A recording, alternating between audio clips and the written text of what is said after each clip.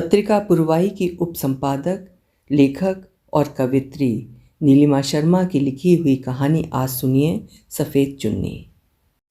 नीलिमा शर्मा जी एक बेहद संवेदनशील लेखिका हैं। वो अपने पात्रों को इतनी सावधानी से गढ़ती हैं कि पाठक उनसे जुड़ सकें और उनके द्वारा गुजरने वाली भावनाओं को महसूस कर सकें। प्रस्तुत है कहानी मेरी जुबानी। मैं हूँ सीमा सिंह। ओरे मनवा तू तो बावरा है, तू ही जाने तू क्या सोचता है, तू ही जाने तू क्या सोचता है बावरे, क्यों दिखाए सपने तू सोते जागते, जो बरसे सपने बूंद बूंद नैनों को मूंद मूंद, कैसे मैं चलूं देख न सकूं अनजाने रास्ते। एफएम पर गाना बज रहा था, लेकिन मन बावरा अपने देखे सपनों की तरफ मुड़ मुड़ के देख रहा है। मैं बचपन से ऐसी ही हूँ कि जागती आंखों से तो सपने देखती ही हूँ, सोए सोए भी ऐसे अजीब अजीब सपने देखती हूँ कि अधिकतर सपने याद रह जाते हैं। विवाह से पूर्व जब भाई बहनों को अपने सपने सुनाने की कोशिश करती थी तो सब मिलकर मेरा मजाक बनाते थे कि किताबें कम पढ़ा करो, दिन भर किताबें पढ़ पढ़ कर दिमाग खराब होता है। विवाह बाद जब अपने पति को अपने सपने सुनाती तो वो बहुत उत्सुकता से सपने सुना करते थे, फिर इन सपनों को लिख डाला करो कहकर व्यस्त हो जाते थे। व्यस्त दिनचर्या, छोटे बच्चे बुजुर्गों के साथ, ऐसे में इतना समय भी नहीं मिलता था कि सपने को शब्दों में ढाल डायरी के पन्नों पर लिख दिया जाए। अपने कई सपने याद हैं, लेकिन एक ऐसा सपना जिसने मुझे लगातार कई बरस तक उद्वेलित किया। कई बार उसको लिखने का साहस भी किया, लेकिन बूंद बूंद दर्द भीतर रिसता रहा। सच और सपने के मध्य तार्किकता का पुल बनती मैं अक्सर विमूढ़ सी रह जाती थी। जिंदगी सिर्फ ख्वाब देखकर तो नहीं जी जाती है। हकीकत की तल्ख ज़मीन पर ख्वाब का कुछ प्रतिशत भी नजर आए तो सच लगने लगते हैं। सपने जो अंधियारे में, जहन के बंद गलियारों में जब चुपके चुपके बसते हैं, दर्द के परनाले बहते हैं, टीस की सुइयां चुभती हैं, खौफ मंजर दिखते हैं, तब खंजर चुभते हैं। ये 2010 की बात है। देहरादून शहर में गर्मी की एक रात थी। आसमान में बादल उमड़ घुमड़ कर भी बरस नहीं रहे थे। बत्ती गुल होने की वजह से नींद बार बार आ जा रही थी। आधी रात को कभी झमाझम बारिश शुरू हुई तो ठंडी हवा के संग सुकून की नींद आने लगी। सुबह 5 बजे अलार्म बजा तो मैं हड़बड़ाकर जाग उठी। अरे ये क्या है, मैं कहाँ हूँ? 10 मिनट खुद को संभालने और संयत करने में लगे। आखिर ऐसा क्या सपना देखा जो मैं बारिश के मौसम में भी पसीने से भीगी हुई हूँ? आंखों के कोरों से पानी बह रहा है। मन एकदम रोने को था। पानी पीकर सपने को याद करने की कोशिश की तो सब बिखरी कड़ियाँ जोड़ने लगीं। मैंने सपने में देखा कि मायके अर्थात मुजफ्फरनगर का घर है। बड़ा सा आंगन और आंगन में एक मृत शरीर सफ़ेद चादर से ढका हुआ है। उसके आसपास सफ़ेद दुपट्टे ओढ़े बहुत सी महिलाएं रो रही हैं। मुझे नहीं समझ में आ रहा है कि ये मृत शरीर किसका है। रोने वाले सब चेहरे मेरे अपनों के हैं। सब बहनें, भाभियाँ, रिश्तेदार सब आसपास हैं। माँ सामने बरामदे में चुपचाप सबको देख रही हैं।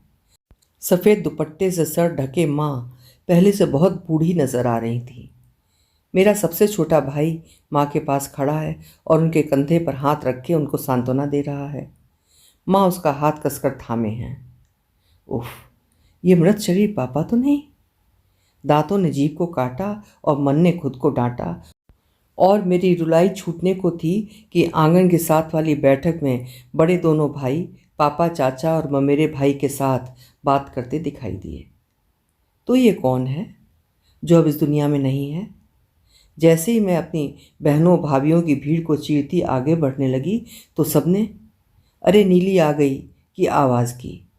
मैंने जैसे ही सफ़ेद चादर उठाकर उस देही का चेहरा देखना चाहा, अलार्म की घंटी बज चुकी थी और मैं जैसे किसी और दुनिया की टाइम लाइन से इस दुनिया में पटकी जा चुकी थी। बच्चों को स्कूल भेजने के बाद मैंने ये सपना अपने पति को सुनाया तो वो भी हैरान थे और बोले, परेशान मत हो, दिन में किसी भी वक्त मायके फ़ोन करके बात कर लेना। घर में सब काम हो रहे थे, हाथ और दिमाग दोनों में होड़ लगी थी, कौन ज़्यादा तेज़ चलता है। 10 बजते बजते मुझसे रहा नहीं गया और मैंने झट से पापा के फ़ोन पर कॉल मिलाई तो उनकी जोश भरी आवाज़ आई, अरे तेरी बड़ी लंबी उम्र है। तेरी मम्मी आज सुबह ही कह रही थी कि नीली को कॉल करो, कई दिन से बात नहीं हुई। मैंने उन दोनों की तबीयत के बाबत पूरी जानकारी ली और अपना ध्यान रखना कहकर फ़ोन रख दिया। मन उनको स्वस्थ जानकर भी उद्विग्न था। बारी बारी से सब भाइयों और बहनों को फ़ोन करके उनकी कुशल क्षेम जानी। मंजली दी ने मुझे मेरा सपना सुनकर मुझे हिम्मत दी कि मैंने कहीं पढ़ा था कि अगर आप किसी की मृत्यु का सपना देखते हैं तो उनकी आयु बढ़ जाती है। लेकिन मेरे मन को तसल्ली नहीं मिली। आखिर ईश्वर सपने में क्या कहना चाहता था? मेरी काया उस सपने की माया में अभी भी उलझी थी। मेरा मन बावरा ही रहा और उस रात सोने से पहले मेरी डायरी में चंद शब्द अंकित हुए। माँ, रात में मैंने एक सपना देखा। मायके के आंगन में सोई एक देह और उसके पास एक सफ़ेद कपड़ों में बैठी भीड़। मैं गुस्से में देख रही हूँ सब और कहना चाह रही हूँ जैसे, चुप रहो ना, वो देह सो रही है सुकून से। पर तुम मुझे इशारे से कहती हो चुप रहने को और मैं कुढ़ रही हूँ तुम्हारे ही दिए गए अपने नीले सफ़ेद दुपट्टे को बार बार उंगली पर लपेटते हुए। और अचानक मेरा रुदन और तुम्हारी सिसकियाँ एकाकार हो जाती हैं और उसकी आवाज़ में कहीं दब जाती हैं उन सफ़ेद कपड़े वालियों की रुलाई, और मैं लिपट जाती हूँ तुमसे कसकर, कभी ना अलग होने के लिए। और अचानक आँख खुल जाती है मेरी भोर का सूरज लालिमा लिए आने को तत्पर आसमान में, और मैं पसीने से तरबतर इस झमाझम बारिश में आँखों के कोरों से बहते आंसुओं के संग। माँ, तुम ठीक हो ना? प्लीज़ कह दो सपने झूठे होते हैं सुबह के। उस रात के बाद भी कई सपने आए, कुछ याद रहे, कुछ भूल गई। ये सपना भी अवचेतना का कोई कोना अपने लिए चुनकर विस्मृत हो गया। 2 बरस बाद मई 2012 के अंतिम सप्ताह में उषा दीदी को सर्विक्स का कैंसर होने की खबर आई। हम सब भाई बहन अपनी इस बहन के बहुत करीब हैं। किसी को किसी पर भी गुस्सा हो, प्यार हो, परेशानी हो, सब कुछ सुन लेने वाली इस बहन को आज कैंसर। रुलाई गले तक अटक गई। 16 जून को मैक्स में उनकी सर्जरी हुई। वहाँ से भाई ने मुझे फ़ोन करके सांत्वना दी कि अभी पहली स्टेज थी, डॉक्टर बोले सब ठीक हो जाएगा। लेकिन मेरा मन कमज़ोर हो रहा था। रह रह कर ख्याल आते, अगर दीदी को कुछ हो गया तो? वो अवचेतन मन के किसी कोने में छिपी सफ़ेद चुन्नियाँ याद आती तो मन घबराने लगता था। दीदी का ऑपरेशन ठीक ठाक हो गया था तो सब भाई बहन बारी बारी से उनके घर डेरा जमा कर बैठ गए। अब वो बीमार वाला घर कम, गर्मी की छुट्टियों में हंसी मजाक करता मायका ज़्यादा लगने लगा था। दीदी को ऑपरेशन के 1 माह बाद दोबारा हॉस्पिटल जाना था तो भाई भी उनके साथ गया। वहाँ कैंसर के भिन्न प्रकार के लक्षणों के पोस्टर लगे थे। अचानक एक पोस्टर पढ़कर भाई बोला, मुंह में तो मेरे भी बहुत छाले रहते हैं। दीदी के चेकअप के दौरान भाई ने डॉक्टर से अपने छालों का जिक्र किया तो उन्होंने बायोप्सी जांच कराने को कहा। रिपोर्ट आते आते अगस्त का पहला सप्ताह हो चुका था। भाई की जांच रिपोर्ट में भी मुंह का कैंसर निकल आया था। ये सुनते ही हम सबका कलेजा फट गया था। लेकिन भाई एकदम पॉजिटिव था कि अरे कुछ नहीं, इतनी जल्दी नहीं जाने वाला हूँ मैं, सब ठीक हो जाएगा। मेरा छोटा भाई 5 फीट 8 इंच कद, भरा हुआ शरीर, खेती करता एक मेहनतकश इंसान जिसके शरीर में इतनी ताकत थी कि 100 किलो गेहूं की बोरी अपनी पीठ पर लाद कर बिना रुके सीढ़ी चढ़ जाता था। दीवार में अगर मुक्का मार देता था तो उसमें ईंटें हिल जाती थीं। बंदूक, पिस्तौल और नई कारों का शौकीन था। उसकी मासूम मुस्कुराहट उसकी ताकत थी कि वो अपने काम हर जगह से सफलतापूर्वक कराकर ही घर लौटता था। सब भाई मम्मी पापा के साथ संयुक्त परिवार में रहते थे। अलग अलग हॉस्पिटल्स में अलग अलग डॉक्टर की राय ली जाने लगी। लोग आते अपनी अपनी राय और इलाज बताते थे।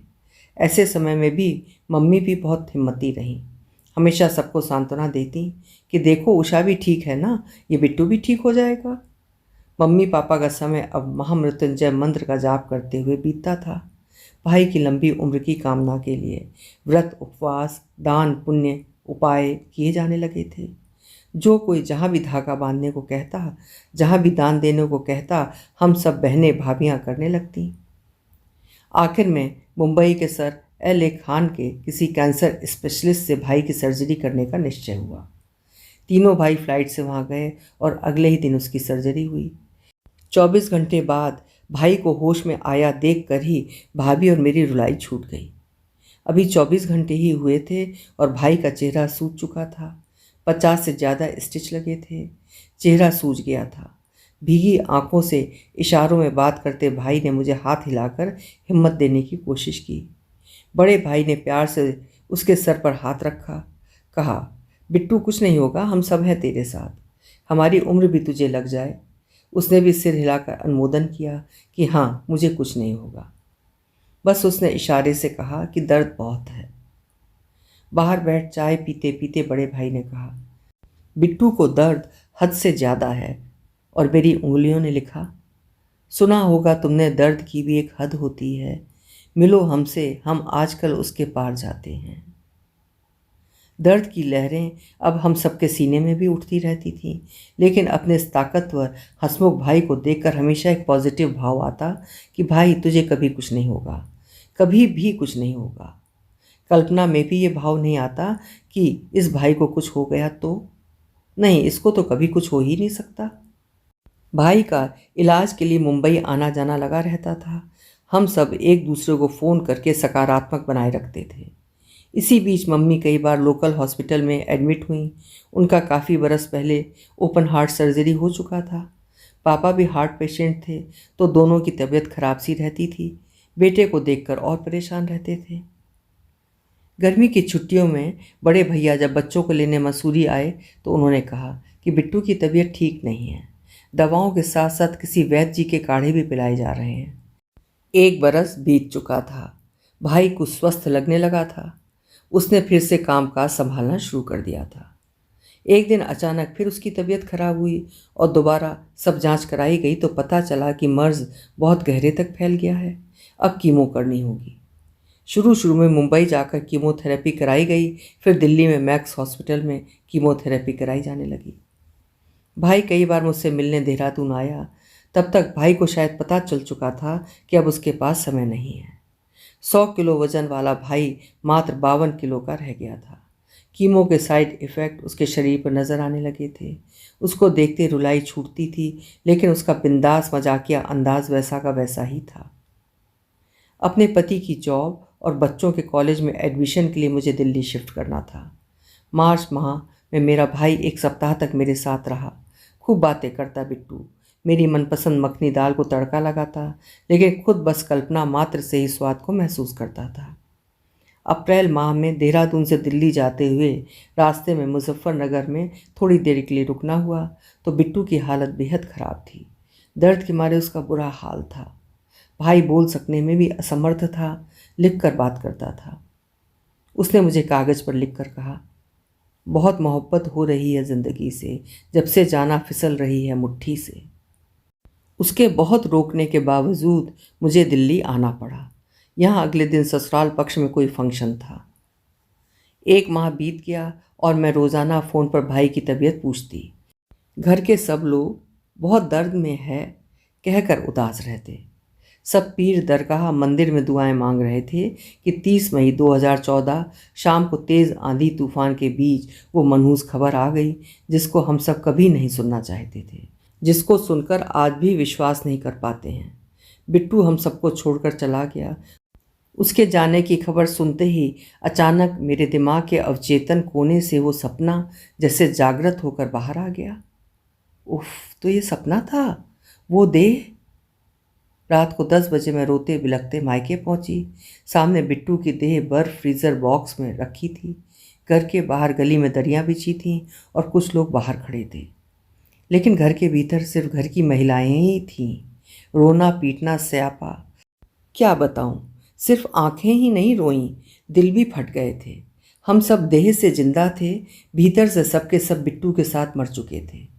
पूरे शहर में हर किसी की जुबान पर बिट्टू की दरियादिली के किस्से और आंख में आंसू थे। अगली सुबह संस्कार के पश्चात मेरे सपने ने जैसे मुझे झिझोड़ा, लेकिन ये तो मेरा सपना नहीं था। यहाँ कल कोई सफ़ेद दुपट्टा पहने भीड़ नहीं थी। अचानक मृत्यु के बाद किसको होश था कि दुपट्टे बदल कर बैठे। यहाँ रात का वक्त था, लेकिन मेरे सपने में तो सूर्य की रोशनी थी। 17 दिन तक हम एक मशीन की तरह बस काम कर रहे थे, रो रहे थे और बस जी रहे थे। दर्द तो वापस घर में आने पर उछाले मारने लगा था। कोई दिन ऐसा नहीं था जिस दिन दोनों वक्त खाना खाया हो। कोई ऐसा दिन नहीं था जब हम फूट फूट कर न रोए हों। बूढ़े मम्मी पापा दिन भर खुद को कोसते थे कि हम तो बैठे हैं, हमारा जवान बच्चा चला गया। घर का सबसे छोटा बच्चा बिट्टू अब सपने में नज़र भी आता तो हम सबको अपना ख्याल रखने को कहता, तो कभी अपनी बिटिया और माँ का, कभी पापा को बैठक में कुछ सलाह देते हुए नजर आता। बिट्टू को गए 1.5 माह हो गया था। बेटे का एडमिशन दिल्ली हो चुका था। अब मुझे वापस देहरादून जाना था ताकि अब मैं सामान दिल्ली शिफ्ट किया जा सके। तो मैं अकेले देहरादून आ गई। धीरे धीरे घर भर को समेटते, पैकिंग करते राखी का त्यौहार आ गया। बाकी भाई भतीजों के लिए राखी भेजते हुए मैंने बिट्टू के नाम की राखी भी आंसुओं से भिगोकर भेज दी थी। वो अब तक की ज़िंदगी की पहली राखी थी जब मेरा कोई भाई मेरे पास नहीं था। 24 घंटे तक मैंने अन्न नहीं खाया और ईश्वर से खूब झगड़ा किया।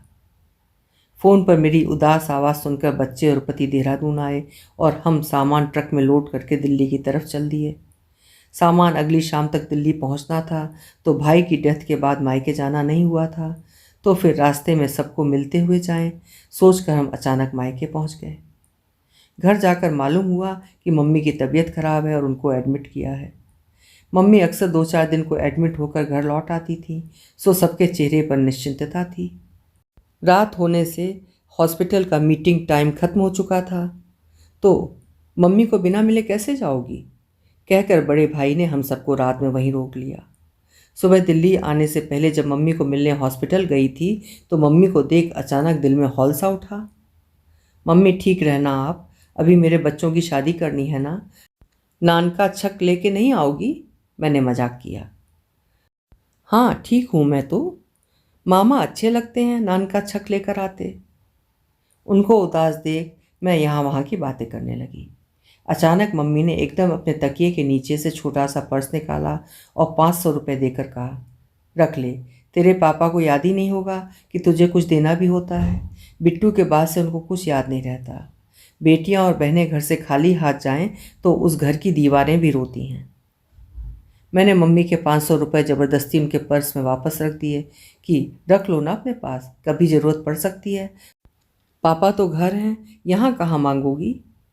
मम्मी ने मुझे एक ठहरी सी नज़र से देखा और बोला, तरसोगी एक दिन तुम माँ के दिए को। मेरा दिल रो पड़ा, लेकिन सामने से हिम्मत दिखाते हुए बोली, क्यों, आपसे पूरे 5,000 लूँगी ना, बस जल्दी से ठीक हो जाओ। तभी भाभी का फ़ोन आया कि हमको भी मिलना है बहन, बाहर आ जा। अच्छा मम्मी चलती हूँ, कहकर मैंने जब पलट कर देखा तो माँ एकटक देख रही थी। मैं वापस मुड़ी और माँ के सर पर हाथ रखा और कहा, अभी हम सबको आपकी बहुत ज़रूरत है, मुझसे भी ज़्यादा बिट्टू के परिवार को। आपको ठीक होना है, मैं जल्दी ही आऊँगी। और बाहर निकल आई। बाहर आते तक मेरी आंखों में आंसू भर आए थे। बाहर सब चचेरे भाई भाभियों की भीड़ थी। सब मेरे अति भावुक होने का मजाक बनाने लगे थे। कार में बैठकर मैंने अपने फेसबुक स्टेटस पर एक शेर लिखा, दिल तो था तेरी पेशानी चूम लूं, मगर डर था ये आखिरी ना हो। दिल्ली जाकर घर को सेट करने में व्यस्त हो गई। अगली सुबह अभी पूरा घर सिमटा भी नहीं था कि उषा दीदी का फ़ोन आया कि मुजफ्फरनगर में तो डॉक्टर्स ने मम्मी को दिल्ली ले जाने को कह दिया है, अब उनको मेदांता में शिफ्ट कर रहे हैं।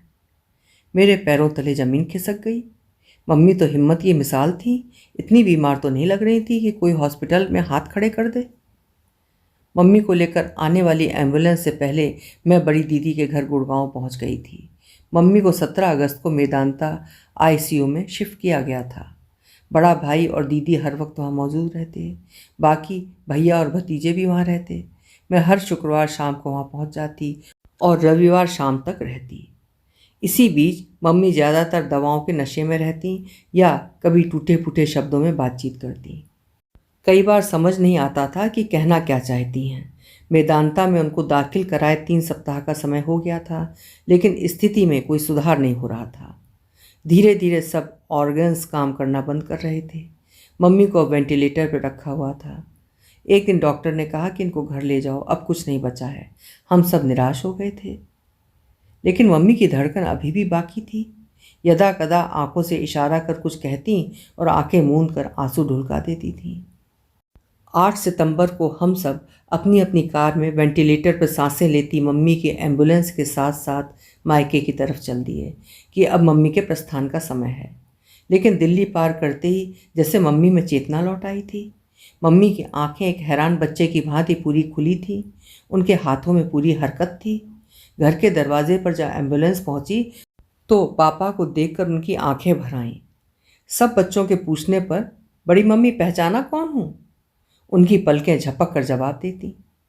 मम्मी आंखों से मुस्कुरा रही थीं। ऐसे में अब कैसे वेंटिलेटर हटाकर उनको जाने दिया जाए, तो वापस उनको फोर्टिस गुड़गांव हॉस्पिटल में एडमिट किया गया। शुरू शुरू में जगह बदलने पर मम्मी में सुधार दिखाई दिया। फिर धीरे धीरे मम्मी ने रिस्पॉन्ड करना बंद कर दिया। अब उनको डायलिसिस पर भी रखा जाने लगा। 20 सितंबर को सब डॉक्टर्स ने मीटिंग की कि मम्मी के गले में छेद कर एक पाइप डाली जानी है। पापा उस दिन हॉस्पिटल में थे। उन्होंने कहा, नहीं अब नहीं, बस अब उसको जाने दो, आखिर कितने दर्द झेलेगी, वह अपने बेटे के साथ रहना चाहती है। सिर्फ मशीनों के सहारे कब तक जिंदा रखा जा सकता है, वैसे भी उस शरीर की आत्मा ने तो जाना तय कर लिया था। 22 सितंबर की सुबह मम्मी को घर ले जाना है, ये खबर सब रिश्तेदारों को कर दी गई थी। देर रात सब हॉस्पिटल बिल का हिसाब किताब करते रहे। 22 सितंबर की सुबह ससुर जी का श्राद्ध था। हर बार पूरे विधान के साथ ये कार्य संपन्न किया जाता था, तो इस बार भी मैंने आंखों में आंसू भर पूड़ी, खीर, छोले सब बनाए। चाहती तो कुछ ना भी बनाती, सिर्फ फल देकर भी सब कर सकती थी, लेकिन उस दिन मन से बहुत कमज़ोर होकर सब कुछ करती रही। मेरे पति और बच्चे मेरी भावुकता को जानते थे, तो उन्होंने मुझे जो कर रही थी करने दिया। अभी खाने की थाली भरकर मंदिर में भेजी ही थी कि उषा दीदी का कॉल आया कि कितने बजे तक आओगी। मैंने कहा बस आधे घंटे में चलने लगी हूँ। मम्मी होगी ना मेरे आने तक? दीदी ने रोते हुए जवाब दिया, मम्मी 5 मिनट पहले ही चली गई हैं। और मैं धम्म से वहीं बैठ गई। किसने रसोई समेटी, किसने बैग कार में रखे, जैसे पता ही नहीं। कार चलती रही और मैं 3 बजे मुजफ्फरनगर पहुंची। मेरे जाते ही शोर मच गया। नीली आ गई। 4 बजे संस्कार का सही समय दिया गया है। पड़ोसी राणा अंकल जी ने मेरे सर पर हाथ रखा, बेटा बहादुर बनना। मैं यंत्रवत सी कदमों को घसीटते हुए घर के भीतर गई। सामने सफ़ेद दुपट्टा पहने महिलाओं की भीड़ थी। सफ़ेद चादर में लिपटी हुई देह थी। सब बहनें भाभियाँ थीं। बाहर बैठक में मेरे पापा भाइयों और रिश्तेदारों के साथ बेचैन से बैठे थे। मुझे देखते ही महिलाओं में भी आवाज़ सुनाई दी। छोटी बेटी नीलिमा भी आ गई। मैं भीड़ को चीरती हुई माँ के समीप पहुँची, जो अभी भी माँ ही थी, मेरे लिए एक बॉडी नहीं थी। चेहरे पर से चादर उतारते हुए मेरी आंखों से आंसू की अविरल धारा बहने लगी और मैं माँ के सीने से लिपटकर रोने लगी। मेरी भाभियाँ मुझे माँ से अलग कर गले लगाकर सांत्वना देने की कोशिश कर रही थीं। मेरा 6 बरस पहले देखा सपना सामने दिख रहा था। आंसू बहाते हुए मन ही मन में जोर से चीख पड़ी, ये सुबह के सपने सच क्यों होते हैं? अभी आप सुन रहे थे नीलिमा शर्मा जी की लिखी हुई एक मार्मिक कहानी सफ़ेद चुन्नी। उम्मीद है कहानी आपको ज़रूर पसंद आई होगी। कल फिर मिलेंगे। हिंदी का श्रेष्ठ साहित्य सुनते रहने के लिए मेरे चैनल्स को सब्सक्राइब करना ना भूलिएगा। कहानी पसंद आई है तो लाइक करिएगा और साहित्य प्रेमियों से शेयर भी करिएगा। बहुत बहुत धन्यवाद।